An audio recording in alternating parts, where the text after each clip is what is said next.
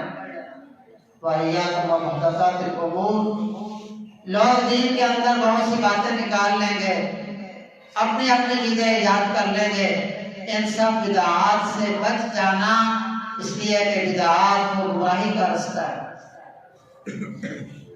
رسول اکرم صلی اللہ علیہ وسلم اپنے صحابہ کو یہ نصیحت کرتے ہیں اور زندگی بھر پیارے پیغمبر صلی اللہ علیہ وسلم بھی اسی وحی کی اتباع میں لگے ہوئے ہیں جو اللہ رب العزت کی طرف سے آسمانوں سے نازل کیا جاتا ہے۔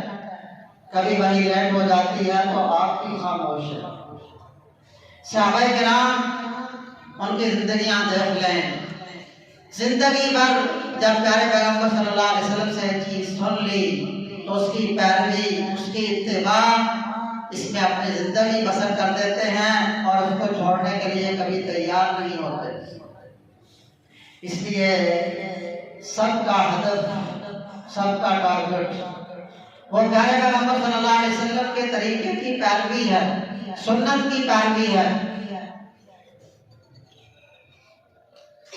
دین اسلام کے اندر صحابہ کرام ہیں، تابعین اعظام ہیں، پھر ایک نہیں ہے، کوئی سینکڑوں ہزاروں نہیں، لاکھوں لوگ ہیں جنہوں نے اس دین کے لیے بہت سی خدمات سر انجام دی۔ ائمہ کرام ہیں، امام ابو حنیفہ رحمہ اللہ، امام مالک، امام شافعی، امام احمد بن حنبل، سب کا گول، سب کا ہدف یہی ہے کہ رسول اکرم صلی اللہ علیہ وسلم کی شریعت، آپ کی اتباع اور آپ کی پیروی۔ سارے ائمہ یہ فرماتے ہیں کہ جب پیارے پیغمبر صلی اللہ علیہ وسلم کی سنت کا علم ہو جائے اسے مضبوطی سے تھام لو اور ہمارے قول کو چھوڑ دو، ہماری بات کو چھوڑ دو۔ حضرت عبداللہ بن مسعود رضی اللہ تعالیٰ عنہ رسول اکرم صلی اللہ علیہ وسلم کے صحابہ میں سے بہت زیادہ سنت کی پیروی کرنے والے، حتیٰ کہ صحابہ کہتے ہیں اگر کسی کو چلتے ہوئے چار ڈال میں بھی رسول اکرم صلی اللہ علیہ وسلم جیسا دیکھنا چاہو تو عبداللہ بن مسعود کو دیکھو۔ حضرت عبداللہ بن عمر رضی اللہ تعالیٰ عنہ ہے، زندگی بھر رسول اکرم صلی اللہ علیہ وسلم کی سنت کی پیروی کرتے ہوئے ساری زندگی گزار دیتے ہیں۔ حج کے لیے جاتے ہیں تو کئی جگہوں پر ٹھہر جاتے ہیں، کوئی ضرورت نہیں بھی ہوتی، کہتے ہیں کہ یہاں میرے پیارے حبیب صلی اللہ علیہ وسلم نے قیام کیا تھا۔ تو سب کا ہدف، سب کا ٹارگٹ رسول اکرم صلی اللہ علیہ وسلم کی سنت تک پہنچنا ہے، اور ائمہ کرام کی جو تشریحات ہوتی ہیں، تفسیرات ہوتی ہیں، ان کی فکر ہے، یہ بھی قرآن و سنت کو سمجھنے کے لیے ہے، اور اس لیے ہے تاکہ ہم حق تک پہنچ سکیں۔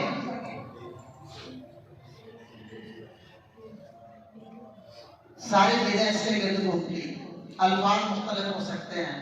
کسی نے کہا کہ الفاظ ناشدہ بحسن کا واحد وکل ذاک الجمال یسیر، ہماری تعبیرات مختلف ہیں، تیرا حسن ایک ہی ہے اور ساری باتیں تیرے حسن کے گرد ہی گھوم رہی ہیں۔ سب رسول اکرم صلی اللہ علیہ وسلم کی سنت کو پانا چاہتے ہیں، اور یہ کہتے ہیں کہ رسول اکرم صلی اللہ علیہ وسلم کی سنت جب بھی مل جائے اس کی اتباع کر لو، پیروی کر لو، اپنے بنائے ہوئے طریقے چھوڑ دو، بدعات چھوڑ دو، رسومات چھوڑ دو۔ صحیح دین اتنا کچھ ہے کہ وہ ہم سے اس کی پیروی نہیں ہو رہی، ہم بہت کوتاہ ہیں، بہت سی چیزوں کو چھوڑے ہوئے ہیں، فرائض کے تارک ہیں، اور اللہ رب العزت کے ایسے احکام جو لازم ہیں ان کی ہم سے پیروی نہیں ہو رہی، تو نئی نئی چیزوں کو کیسے ایجاد کر سکتا۔ اس لیے رسول اکرم صلی اللہ علیہ وسلم نے ڈرایا کہ ہر بدعت سے بچ جاؤ، نئے طریقے سے بچ جاؤ، اور رسول اکرم صلی اللہ علیہ وسلم کی جو سنت ہے اس کی پیروی کرو۔ امام مالک رحمہ اللہ کو فرمایا کرتے تھے کہ لوگوں، جو آدمی اپنی طرف سے کوئی نیا طریقہ ایجاد کرتا ہے گویا کہ اس نے یہ دعویٰ کیا ہے کہ محمد صلی اللہ علیہ وسلم نے رسالت کے پہنچانے میں خیانت کی، نعوذ باللہ، پورا دین انہوں نے نہیں پہنچایا، حالانکہ اللہ رب العزت نے اپنے رسول کو حکم دیا اور آپ صلی اللہ علیہ وسلم پہنچا کر گئے، نہ صرف پہنچایا بلکہ پہنچانے کا حق ادا کر دیا، اور حجۃ الوداع کے موقع پر آپ نے وعدہ بھی لے لیا کہ لوگوں میں نے پہنچا دیا، تو سب نے یہ گواہی دی تھی کہ آپ نے واقعی پہنچا دیا، اور آپ نے آسمان کی طرف اشارہ کر کے فرمایا تھا اللہم اشہد، اے اللہ گواہ ہو جا میں نے تیرا دین پہنچا دیا۔ اس لیے ہم سب کا ہدف یہ ہونا چاہیے کہ ہم سنت کی پیروی کریں، سنت کو اختیار کریں، نماز ہے، روزہ ہے، تمام معاملات ان کے اندر سنت کی پیروی ہو، اور سنت سے نکل کر خود طریقہ اختیار کرنا، اس سے ڈریں، اس سے بچ جائیں۔ جب کوئی آدمی سنت کو چھوڑتا ہے، نیا طریقہ ایجاد کرتا ہے، تو اللہ رب العزت کی طرف سے عذاب یہ آتا ہے کہ سنت وہاں سے اٹھ جاتی ہے، سنت ختم ہو جاتی ہے، اور پھر ایسا بھی ہوتا ہے کہ کچھ خرافات، کچھ بدعات، کچھ رسومات کا نام دین پڑ جاتا ہے، جو آدمی نہ کرے لوگ کہتے ہیں جو آپ نے سنا ہوگا کہ ماریا مردود نہ ختم نہ درود، بہت سے لوگ یہ کہتے ہیں۔ امام مالک رحمہ اللہ کے پاس ایک آدمی آیا، اس نے کہا کہ امام صاحب میں نے حج کے لیے جانا ہے، چاہتا ہوں کہ حج کے لیے جاؤں اور احرام باندھ لوں مسجد نبوی سے۔ مدینہ سے باہر آتے ہیں تو آپ نے دیکھا ہوا میرے علی جس کو کہتے ہیں، ذوالحلیفہ کا مقام مدینہ والوں کا میقات ہے، وہاں سے احرام باندھ کے نیت کر کے آگے گزرتے ہیں۔ تو کہنے لگا کہ میں مسجد نبوی سے شروع کرنا چاہتا ہوں، یہاں سے احرام باندھ کے۔ امام مالک نے کہا کہ نہ، ایسا نہ کرو، فَإِنِّي أَخْشَىٰ عَلَيْكَ الْفِتْنَةَ، مجھے ڈر ہے کہ کسی عذاب میں، کسی آزمائش میں مبتلا ہو جائے۔ کہنے لگا امام صاحب اس میں کون سا فتنہ اور آزمائش، چند میل کا فاصلہ ہی بڑھا رہا ہوں، نیت بھی بڑی نیک ہے. اللہ کے رسول صلی اللہ علیہ وسلم کی مسجد سے ابتدا کرنا ہے جہاں پر ایک نماز کا ثواب 1000 نماز کے برابر ہے. امام مالک رحمہ اللہ فرمانے لگے اس سے بڑا فتنہ کیا ہو سکتا ہے کہ تو یہ سمجھتا ہے کہ مجھے ایسی نیکی کا علم ہو گیا اس کا علم پیارے پیغمبر صلی اللہ علیہ وسلم کو نہیں ہو سکتا. اس لیے جب حدیث آ جائے رسول اکرم صلی اللہ علیہ وسلم کی سنت آ جائے ہمیں پتہ چل جائے کہ پیارے پیغمبر صلی اللہ علیہ وسلم کا طریقہ یہ ہے فرمان یہ ہے تو ہمارے سر جھک جانے چاہیے پھر اسے مان لینا چاہیے. چونکہ چنانچہ بڑا نے نہیں کیا امام صاحب سے پوچھیں گے. ایک دو مسئلے میں آپ کے سامنے ذکر کروں گا. ہماری تربیت یہ ہے اس کو ہمارا اصول بھی کہا جا سکتا ہے اہل حدیث جس کو کہا جاتا ہے. ہم کسی بھی اختلاف کی کبھی دعوت نہیں دیتے ہیں لیکن یہ بات آپ کو سمجھانا چاہتا ہوں کہ تربیت کا فرق یہ ہے کہ جب اللہ کے رسول کا فرمان آ جائے تو ہمارے ساتھ جھک جاتا ہے. ہم خطا ہو سکتے ہیں گناہگار ہیں بہت سی خطائیاں ہیں کمی ہے لیکن اللہ کے رسول صلی اللہ علیہ وسلم کا فرمان آ جائے جھک جاتے ہیں.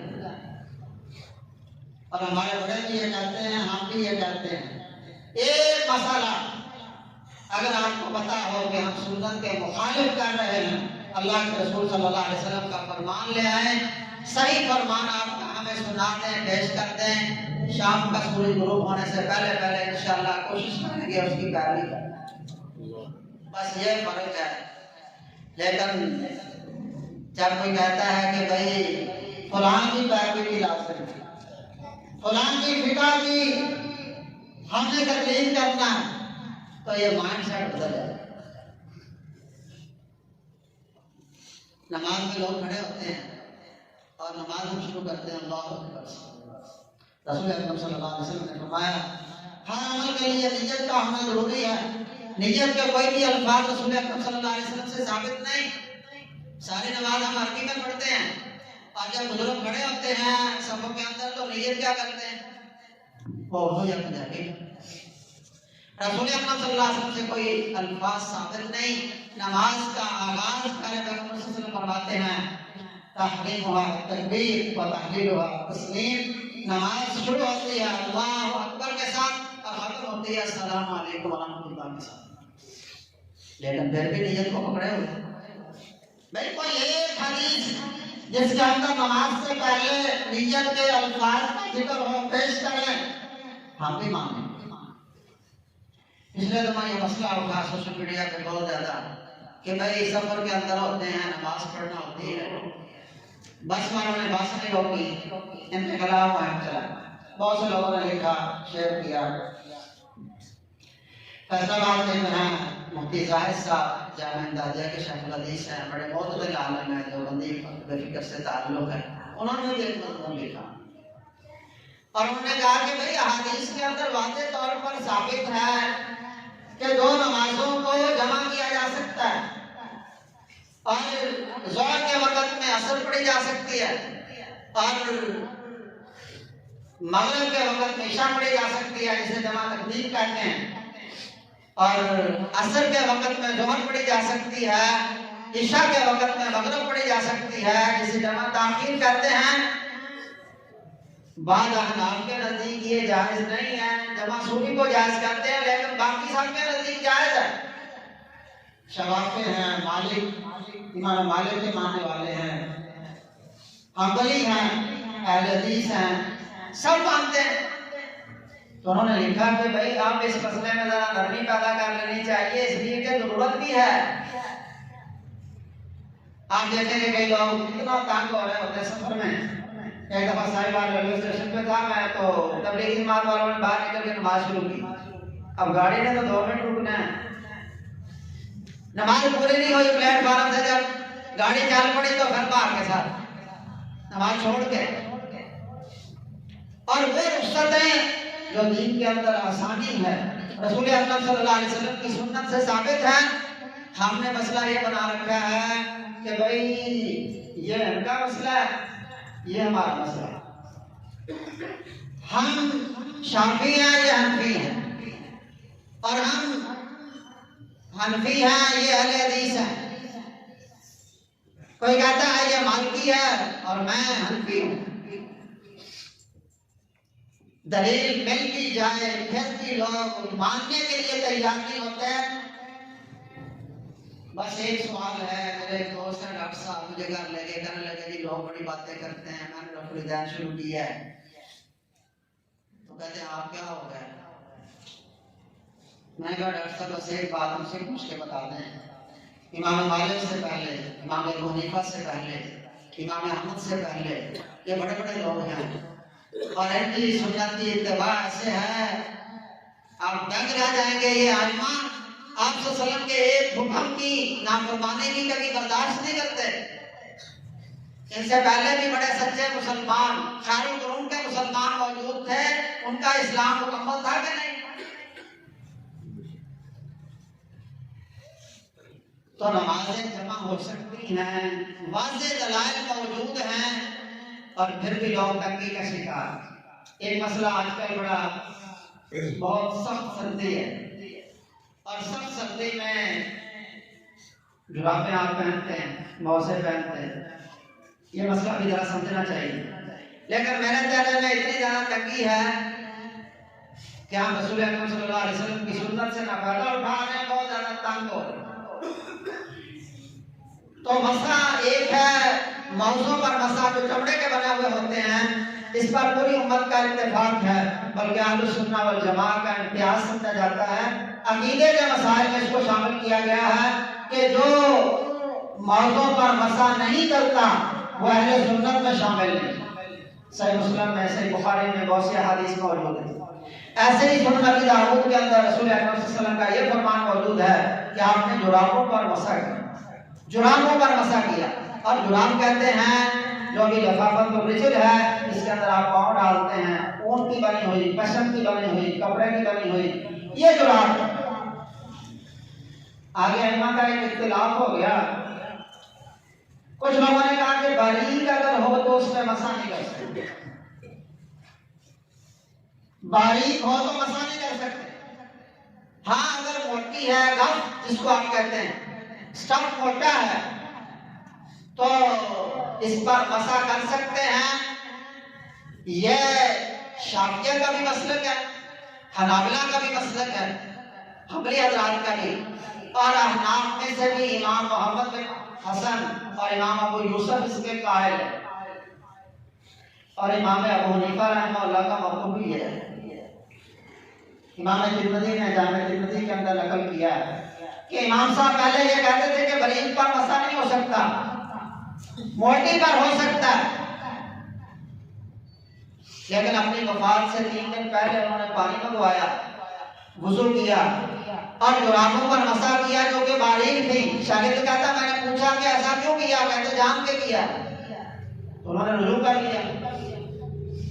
اب جرابیں موٹی بھی موجود ہیں، گف موجود ہیں، بہت اچھا سٹف والی موجود ہیں، لیکن بہت سے لوگ گھٹی اتار کے پاؤں دھو رہے ہیں.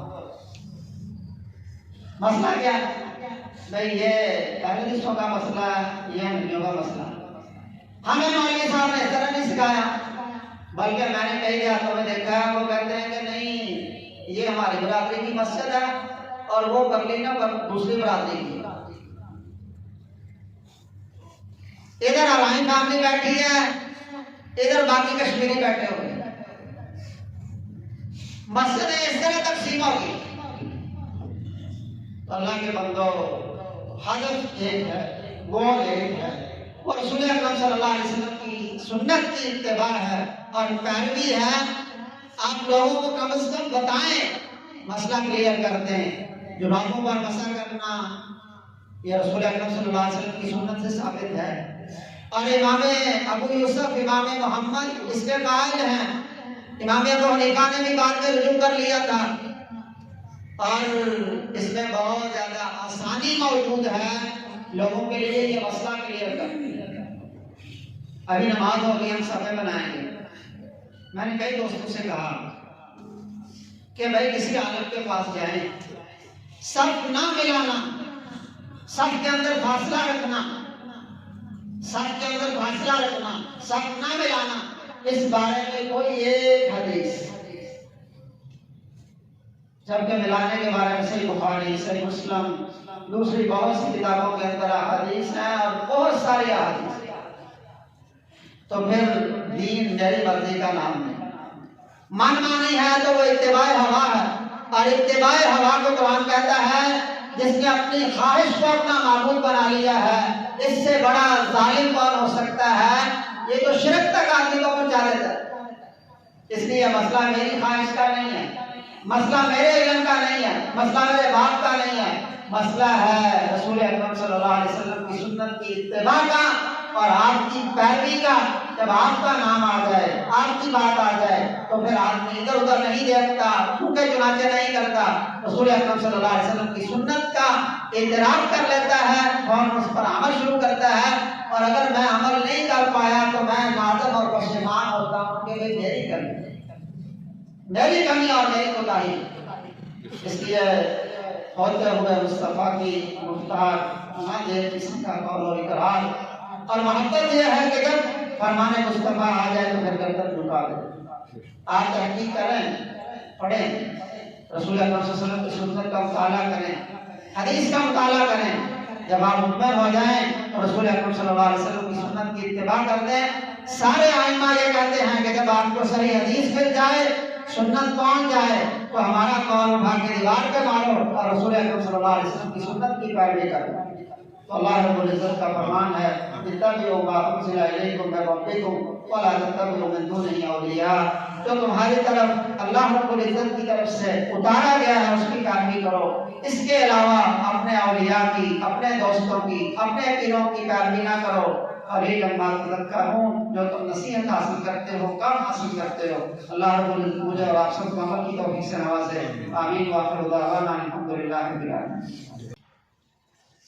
إن الحمد لله نحمده ونستعينه ونستغفره ونعوذ بالله من شرور أنفسنا ومن سيئات أعمالنا، من يهده الله فلا مضل له ومن يضلل فلا هادي له، وأشهد أن لا إله إلا الله وأشهد أن محمدا عبده ورسوله، أما بعد فإن خير الحديث كتاب الله وخير الهدي هدي محمد صلى الله عليه وسلم، وشر الأمور محدثاتها وكل محدثة بدعة وكل بدعة ضلالة وكل ضلالة في النار۔ ربنا آتنا في الدنيا حسنة وفي الآخرة حسنة وقنا عذاب النار۔ ربنا ظلمنا أنفسنا وإن لم تغفر لنا وترحمنا لنكونن من الخاسرين۔ اللهم احسن عاقبتنا في الأمور كلها وأجرنا من خزي الدنيا وعذاب الآخرة۔ اللهم اشف مرضانا ومرضى المسلمين، أذهب البأس رب الناس، واشف أنت الشافي، لا شفاء إلا شفاؤك شفاء لا يغادر سقما۔ اللهم انصر الإسلام والمسلمين ودمر على أعدائك أعداء المسلمين۔ اللهم انصر من نصر دين محمد صلى الله عليه وسلم واجعلنا منهم، واخذل من خذل دين محمد صلى الله عليه وسلم ولا تجعلنا منهم۔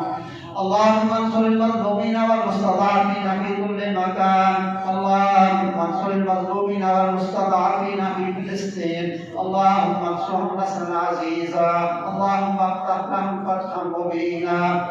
ربنا اغفر لنا ولإخواننا الذين سبقونا بالإيمان ولا تجعل في قلوبنا غلا للذين آمنوا ربنا